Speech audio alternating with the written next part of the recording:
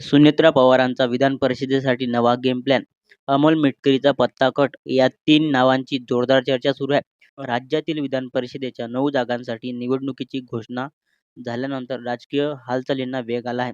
12 मे रोजी मतदान होणार असून विधानसभेतील संख्याबळानुसार महायुतीमध्ये अजित पवार यांच्या राष्ट्रवादी काँग्रेसकडे एक जागा जाण्याची शक्यता आहे. त्यामुळे या एका जागेसाठी पक्षांतर्गत स्पर्धा सुरू आहे. या पार्श्वभूमीवर अमोल मिटकरी यांची मुदत संपत असल्याने त्यांची जागा रिक्त होत आहे. मात्र त्यांना पुन्हा संधी मिळण्याची शक्यता कमी मानली जात आहे.